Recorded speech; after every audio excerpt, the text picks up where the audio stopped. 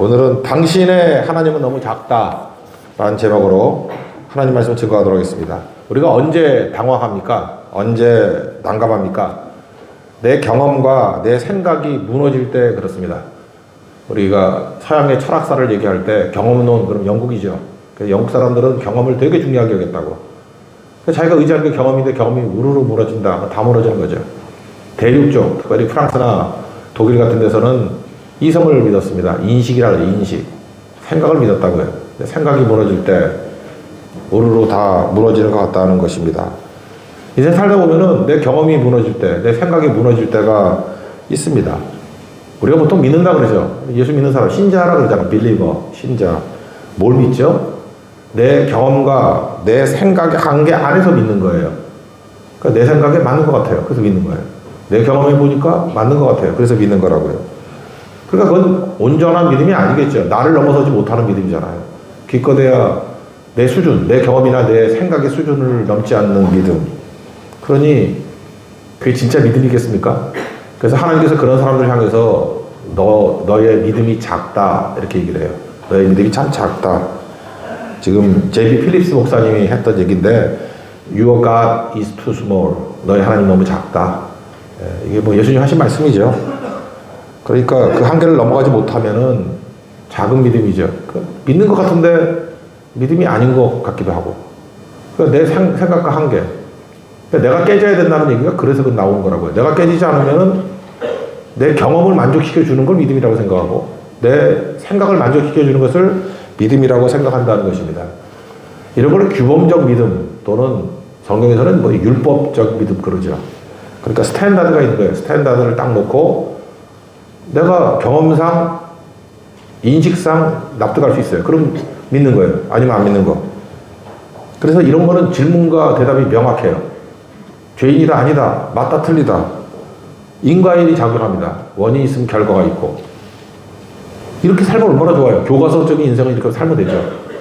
그러니까 학교 때는 이런 거 믿잖아. 교과서대로 되는지 알고. 근데 세상 나와보니까 정답으로 못 살죠. 교과서로 못 살잖아요. 그러면 세상이 이게 뭐냐고 되게 당황한다고.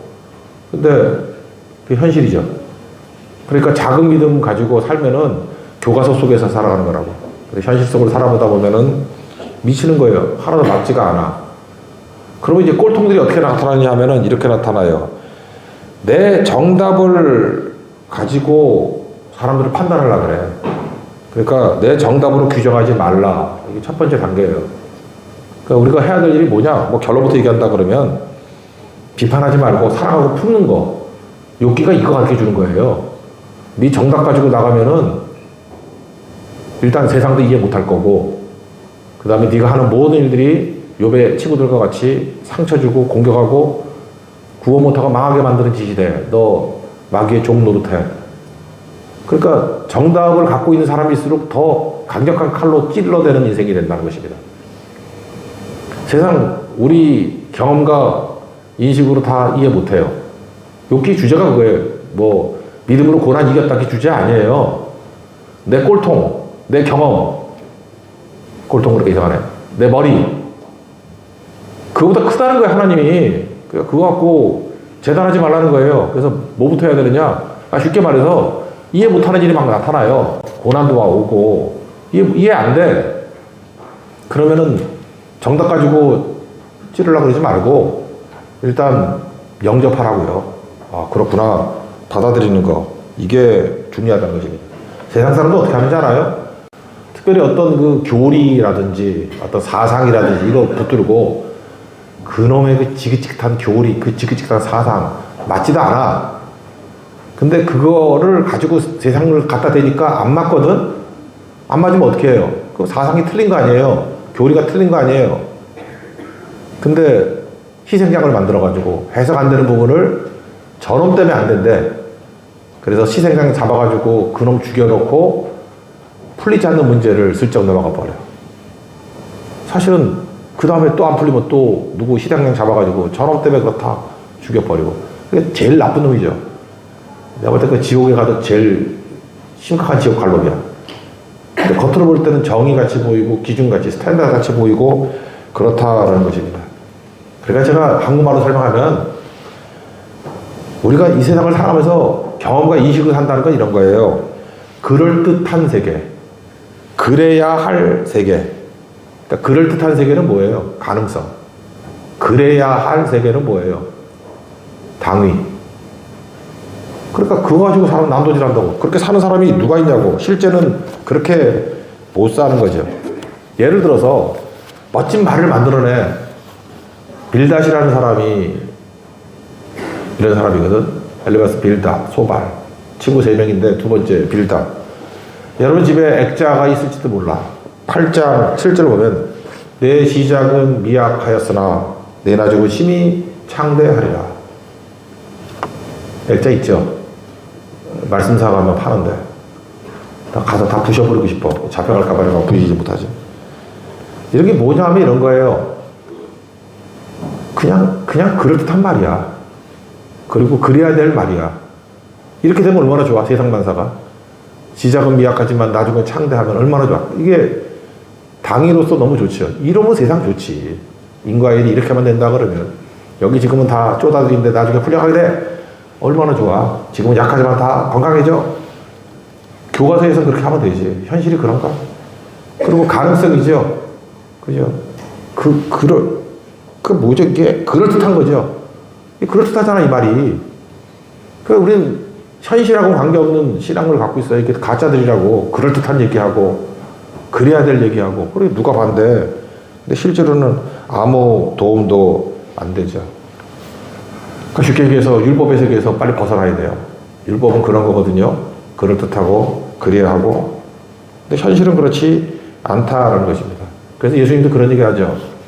뭘 안다 그러는 사람. 안다라는 게 뭘 안다는 거야. 경험으로 안다. 또 생각으로 안다 그런 거 아니에요? 안다 그러는 사람이 지 세계 속에서만 안돼. 그러니까 하나님의 더 큰 깊고 넓은 세계를 얘기를 하면은 모르는 거예요. 그래서 누가 제일 몰라요? 예수님이 고향에서 제일 박대받았죠. 그래서 선지자가 고향에서 높임받지 못한다 그런 얘기 나오잖아요. 이유가 뭐죠? 쥐뿔도 모르면서 어렸을 때 예수님하고 같은 거에 자라서 안돼. 그러니까 안다 그러는 게 모르는 거예요. 이번 성교도 맞죠. 19차까지 왔으니까 뭐 성교 많이 왔던 분도 있겠죠. 고성에도 뭐 심지어 19번을 다 오신 분도 있을 거 아니에요. 고성을 안다. 그 사람 때문에 성교가 안 돼. 아는 게 뭘 알아? 그죠? 안다. 알긴 또 맨날 막히는데 사람이 뭘 아는 거예요? 생각으로 안다. 뭐 들어서 안다. 그래서 들어서 안다. 뭐 많이 와서 안다. 그게 장애라는 것입니다. 한번 생각해 보세요. 우리 인생에 이제 간단한 거 한번 예를 든다 그러면 여기서 이제 마귀가 들고 나오는 게 우리를 이 경험과 인식의 속에 묶어놓기를 원하는 거거든. 그래서 마귀가 1장에서 뭐라 그러냐면 욥이 까닭 없이 섬길 리가 있습니까? 이유를 물어. 그러니까 인생의 모든 것들은 다 이유가 있어야 된다고 생각하는 거 아니에요.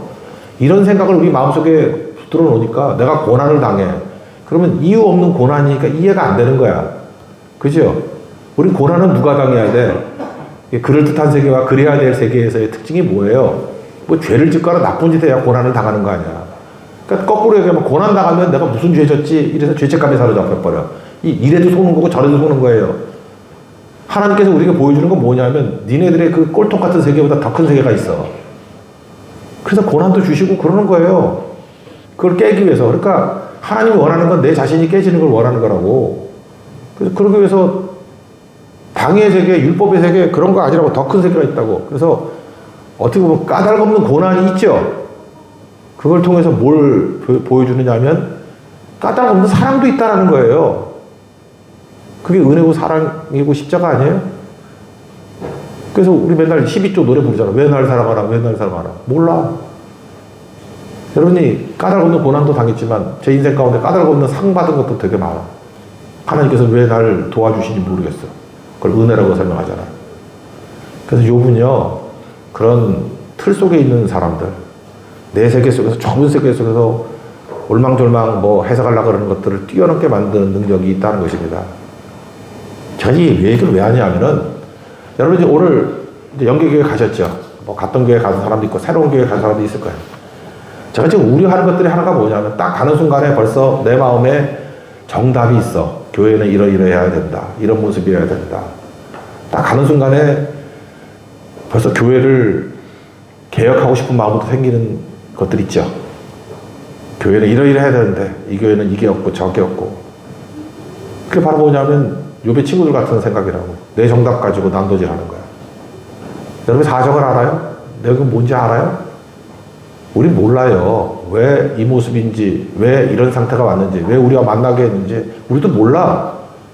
그렇다 그러면 우리가 뭘부터 배워야 되냐면 무조건 그 상황을 영접하는 것부터 배워야 된다고. 자꾸 판단을 하지 말고. 저는 궁금한 것이 있다고 생각을 해요. 제가 그런 얘기를 했잖아요.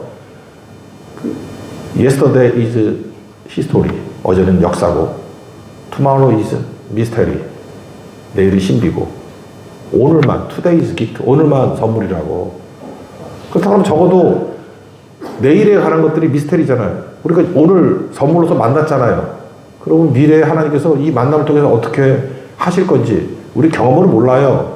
우리 인식으로 몰라요. 그러니까 미스테리지. 설렘과 기대가 있는 거죠. 하나님이 어떻게 이끌어 가시나. 그거를 믿음이라 그런다고. 욥기가 그걸 보여주고 있는 거예요. 근데 제 친구들은 그게 아니잖아요. 자기 정답 가지고 비판하고 정죄하다가 세월 다 보내고. 그러니까 영접을 못하는 거지. 근데 그거를 떠나지 못하게 만든 게 뭐냐면 마귀가 계속해서 우리에게 집중적으로 얘기하는 게 까닭 없이. 그놈의 까닭, reason이라는 거. reason. 이유. 뭔 놈의 이유가 있어야 돼요. 그냥. 하나님이 잘 몰라, 우리. 큰 섭리 가운데 우리를 이끌어 가신다. 그 태도를 가질 때부터 믿음이 커지기 시작한다는 것입니다. 그러지 않으면 아무것도 안 되지. 2장에도 보면은 3절에 까닭 없이 그를 치게 하였어도 온전함 지켰다. 그러니까 이제는 몸을 한번 쳐보라고. 몸. 그 4절에 보면 뒷부분에 사람이 그의 모든 소유물로 자기의 생명을 바꿀지라. 이거 세 번역을 제가 읽어드릴게요. 사람은 자기 생명을 지키는 일이면 자기가 가진 모든 것을 버립니다. 그러니까 욥이 이기적인 사람이라서 자기 말고 뭐 자식 새끼들 죽고 소유 잃으니까 그때 버티는 거지.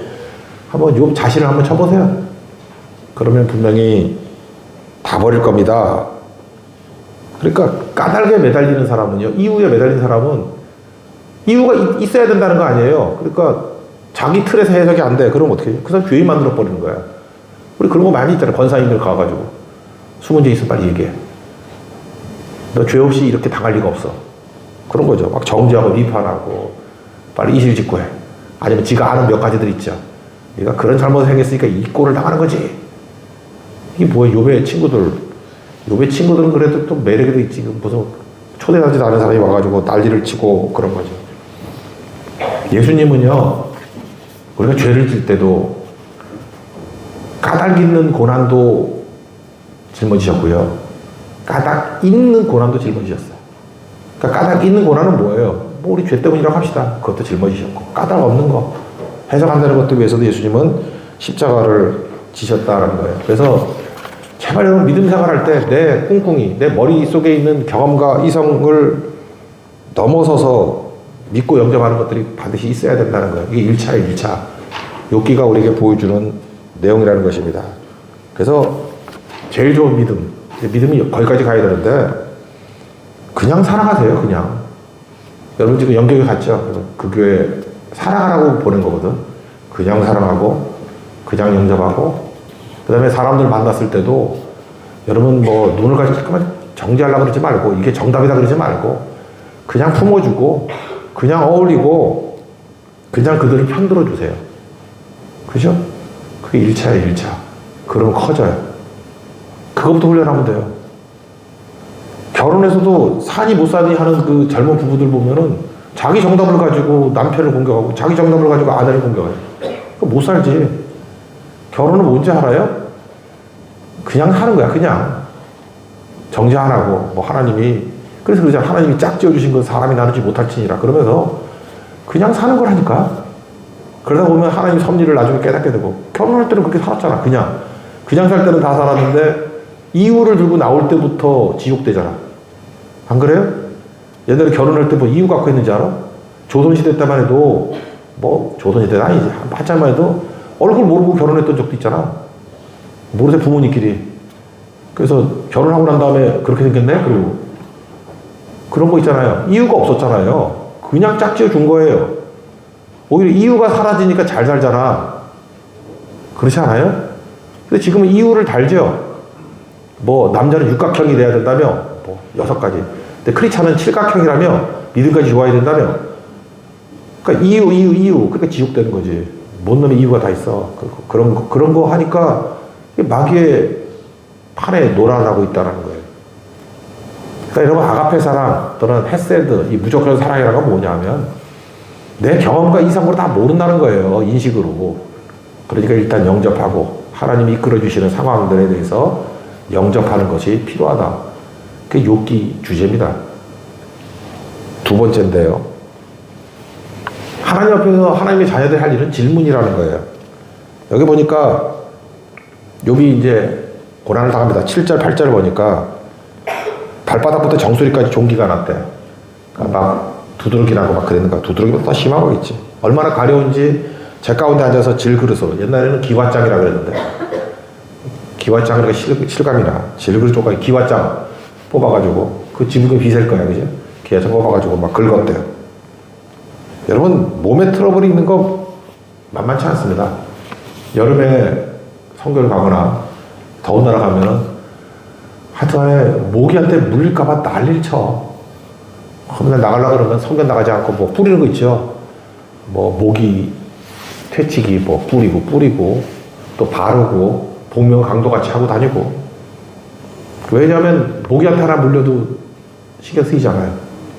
근데 발바닥부터 정수리까지 그 온몸이죠. 온몸에 종기가 다 났대. 우리 집에도 제 자녀 중에 하나가 아토피 피부였어. 그때 마음이 아프더라고. 살이 막 이렇게 문드러지고. 걔는 그 고등학교 때 너구리 같았는데 눈 주위가 이렇게 새까맣어. 너구리. 여기 맞나? 모르겠다. 너구리 같았어. 이렇게 마음이 아프고 그래서 아토팜 뭐 바르고. 그 다음에 내가 내 친구 걔도 딸인데 친구 딸도 그랬어요. 아토피가 너무 심해가지고 막 피가 나는 거야 몸에서. 그러니까 그 아버지인데 울더라고. 막 울면서 나한테 목사니까 고쳤네래. 아, 의사가 나한테 고쳤네래. 왜 목사도 고쳤네래. 그게 내가 전공도 아닌데 왜 나한테 와가지고. 그래서 친구 아이 놓고 기도를 해줬는데 뭐 요즘 어떻게 된지 잘 모르겠어요.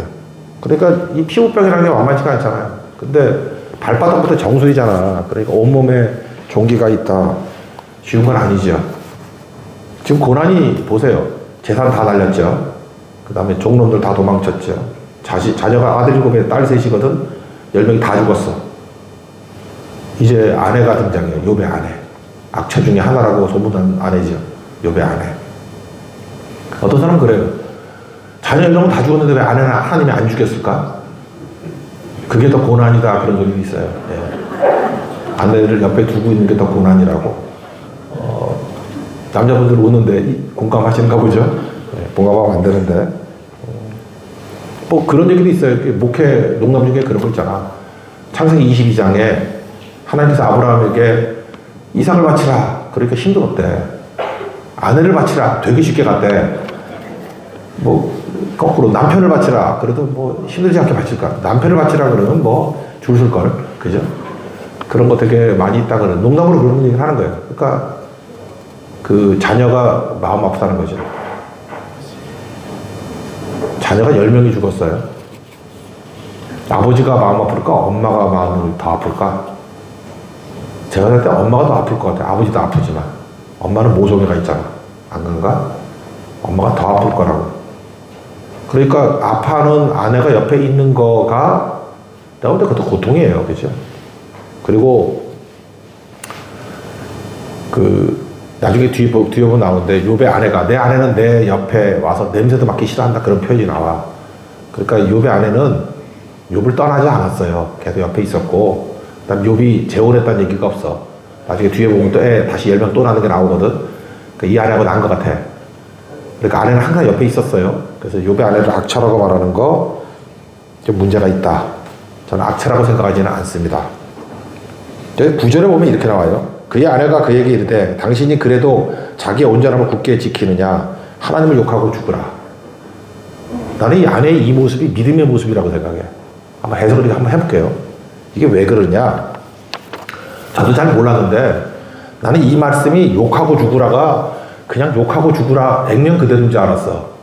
그런데 마침 지난 주간에 지난 금주간이다. 금주간 민수기 6장에 보면은 24, 25, 26절에 구약의 축도가 나오죠. 여호와는 내게 복을 주시고 너를 지키시기를 원하며 이렇게 나오는 게 있다고. 성부, 성자, 성령의 축복이 나가요. 근데 히브리어로 복이라는 단어가 바라크예요. 바라크. 근데 이 바라크라는 단어가 제1 의미가 뭐냐? 복이 아니에요. 제1 의미는 kneel down, 무릎 꿇다예요. 그러니까 바라크는 무릎 꿇다. 두 번째 뜻이 복, 축복. 그래서 제1 뜻으로 쓰였던 게 시편 95편 6절인데 오라 우리가 굽혀 경배하며 우리를 지으신 여호와 앞에 무릎을 꿇자. 이게 바라크예요. 하나님 앞에 무릎을 꿇자. 그걸 뭐라고 그랬어요? 무릎 꿇는 상태가 되는 게 복이라는 거예요. 그러니까 복이 뭔지를 알겠죠. 그러니까 하나님께서 복이라고 말할 때는 무엇을 주실까 이런 게 아니고 복은 자세예요. 어떤 상황이 왔을 때 내가 어떤 자세를 갖고 있느냐가 복된 거라고. 그러니까 무릎 꿇는 자세. 그게 복이에요. 그럼 하나님이 다 주시겠죠. 그래 자세만 좋으면은 그러니까 뭐 폭포수 물이 있는데 그릇만 똑바로 해놓으면 다 차겠죠. 그런 개념이라고. 그러니까 복은 무릎 꿇음이에요. 자세가 좋은 거라. 그게 복이다 그랬다고요. 그걸 제가 월요일에 설교를 했는데 이 말씀을 제가 목회를 헛해서 오랫동안 말씀을 하는데 히브리어 내가 보질 않았거든요. 주석을 봤더니 하나님을 욕하고 죽으라가 번역을 이렇게 했는데 욕하고가 바라크야. 그러니까 뉘앙스가 뭐냐면은 이런 거에 같은 것 같아요. 그러니까 네가 하나님을 믿느냐? 그러면은 무릎 꿇으면서 죽으라 그런 얘기예요. 너 하나님 잘 믿지? 너 예배 드리는데도 이 꼴 됐잖아 우리가. 그래 그냥 계속 예배 드리다가 죽어. 우리 식으로 하면 그래 기도해? 계속 무릎 꿇고 기도하다가 되죠. 이해되죠?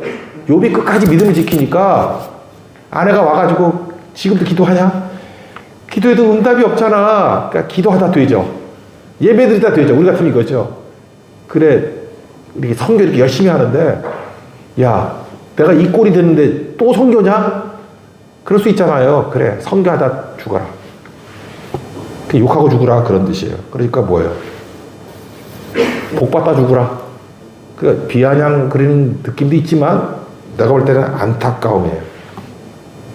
신앙에는 두 가지가 있어요. 하나가 욕과 같이 말로 하나님을 고백하면서 지키는 믿음도 있고 나는 욥의 아내도 이건 믿음이라고 생각해요. 하나님 앞에서 하나님 내가 그래요. 그냥 이렇게 기도하다가 이 꼴로 죽어버리죠. 이렇게 좀 자포자기하는 것 같이 하나님께 맡기는 기도도 있어요. 이게 왜 그러냐?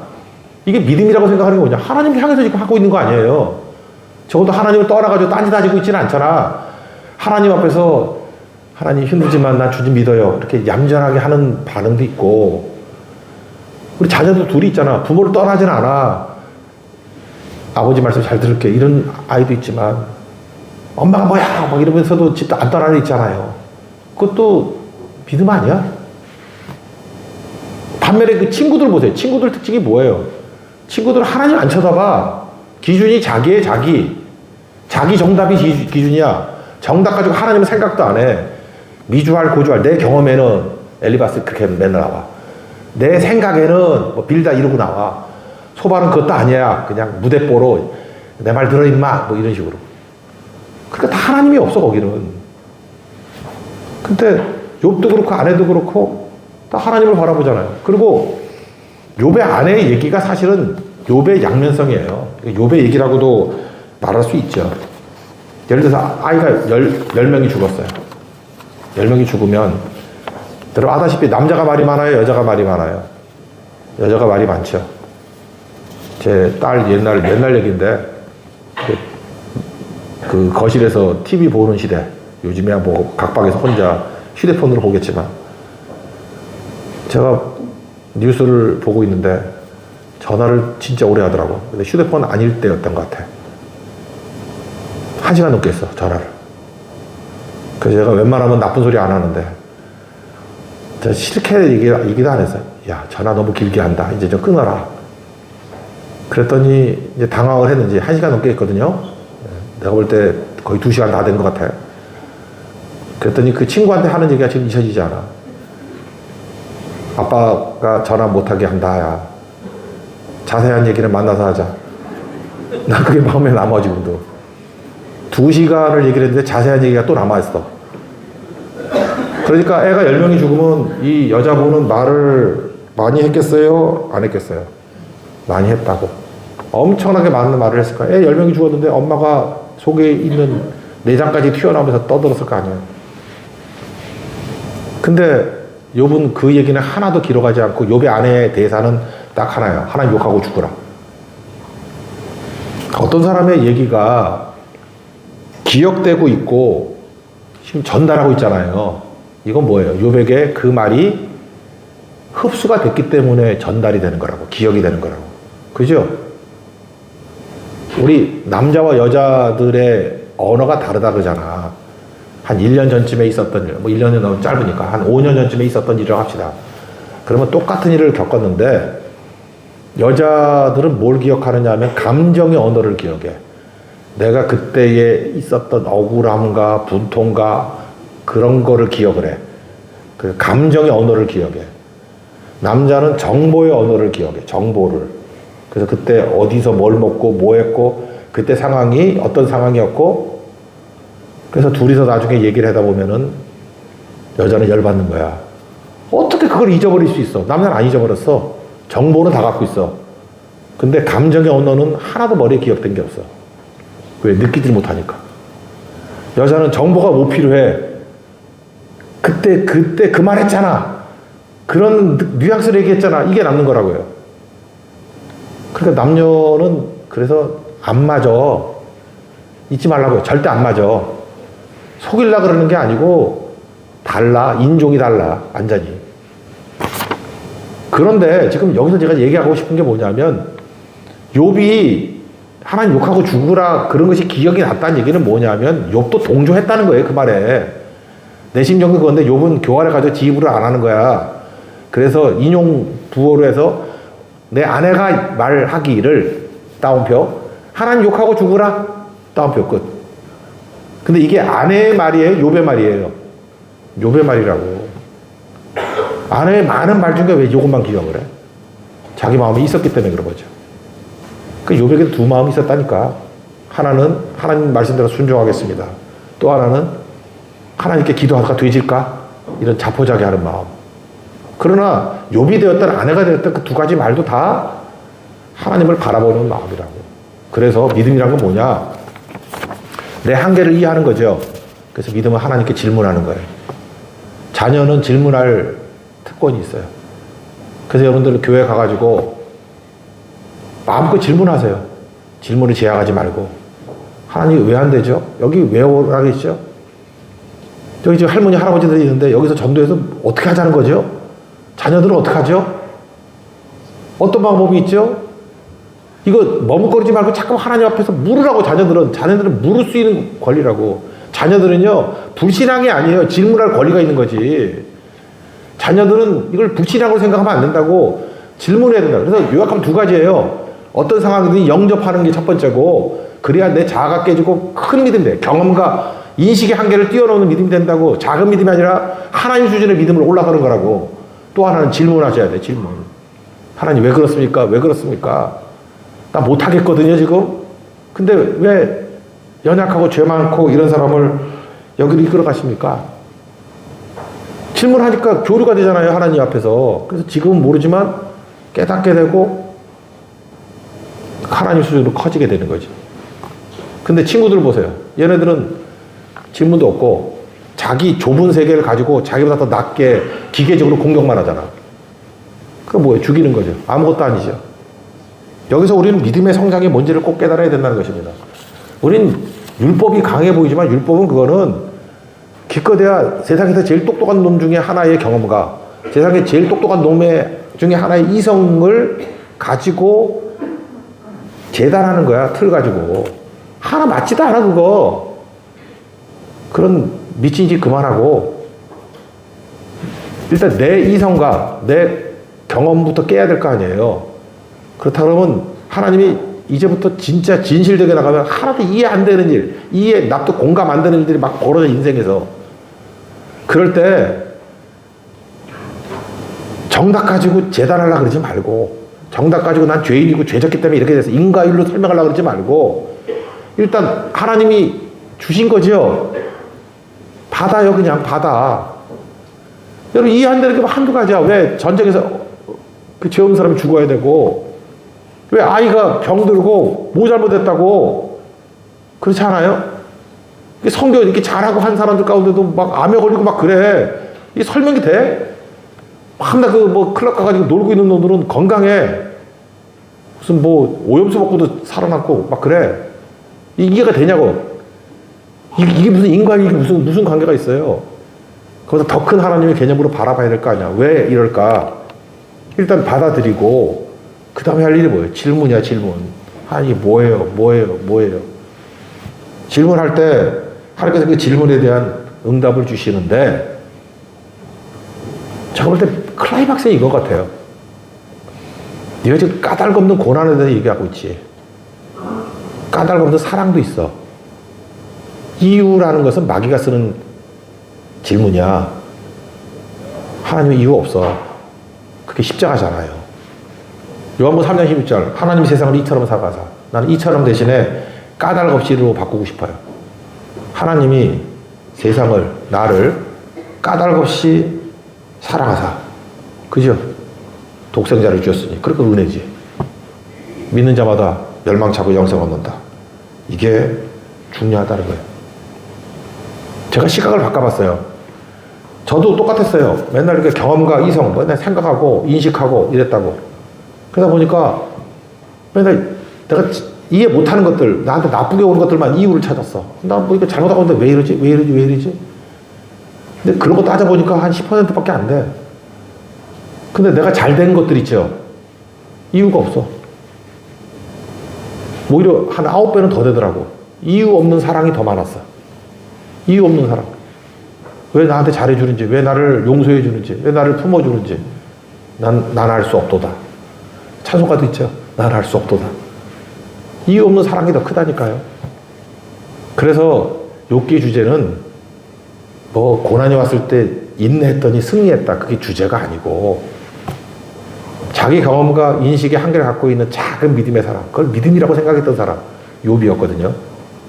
근데 그게 깨지는 거예요. 깨져서 깊고 넓은 사랑으로 나아가는 거라고. 그리고 친구들, 이거 믿음도 아니야. 자기를 믿는 거야. 자기 경험과 자기 경험치와 자기 생각을 인식을 믿는 거라고. 이거는 오히려 죽이는 것이 될 수밖에 없다. 성경 왜 왔습니까? 우리 하나님의 보내심 가지고 왔잖아요. 그러면 이유를 묻지 마세요. 왜 보냈어요? 사랑하라고 보낸 거야. 여러분 자녀를 낳잖아요. 애를 낳다 보면은 내가 좋아하는 애도 있고 싫어하는 애도 있을 수 있죠. 뭐 전 말이 그런가? 근데 부모에게 자식이 좋다는 얘기는 뭐예요? 그냥 드립다 사랑하라는 거야. 건강해도 사랑하고 병들어도 사랑하고 예뻐도 사랑하고 못생겨도 사랑하고 공부 잘해도 사랑하고 못해도 사랑하고. 그게 1차예요. 그러면 하나님 수준으로 올라가. 이유 따지지 말고. 세상은 마귀가 지배하기 때문에 끝까지 이유를 따져. 근데 우린 그냥이야. 그냥. 그래서 은혜를 체험하게 만들어. 가정에서 은혜를 체험, 교회도 그래요. 은혜를 체험하고 사랑을 체험하고 까닭 없는 사랑을 체험하는 거예요. 그죠? 그리고 우리들이 해야 될 일이 뭐냐? 이해 안 되거든? 이해 안 될 때 계속해서 우리가 해야 될 일은 뭐냐면 하나님 앞에 나아가서 질문하는 거야. 질문. 그죠? 이게 뭡니까? 질문하게 될 때 주님께서 그 질문을 사용하셔서 우리를 그 다음 세계로 이끌어 간다고. 질문에 반드시 답이 있어요. 그 답이 뭐냐? 우리 인간의 상상 초월하는 하나님의 놀라운 섭리와 사랑과 생명의 길로 이끌어 가신다고. 오늘 그 두 가지를 꼭 잊지 말고 이번 성교에 임하고 여러분은 자기 좁은 세계를 넘어설 수 있는 하나님의 권능의 종 되기를 바랍니다. 예, 자리에서 일어나겠습니다. 주여 우리는 연약합니다. 찬양했습니다.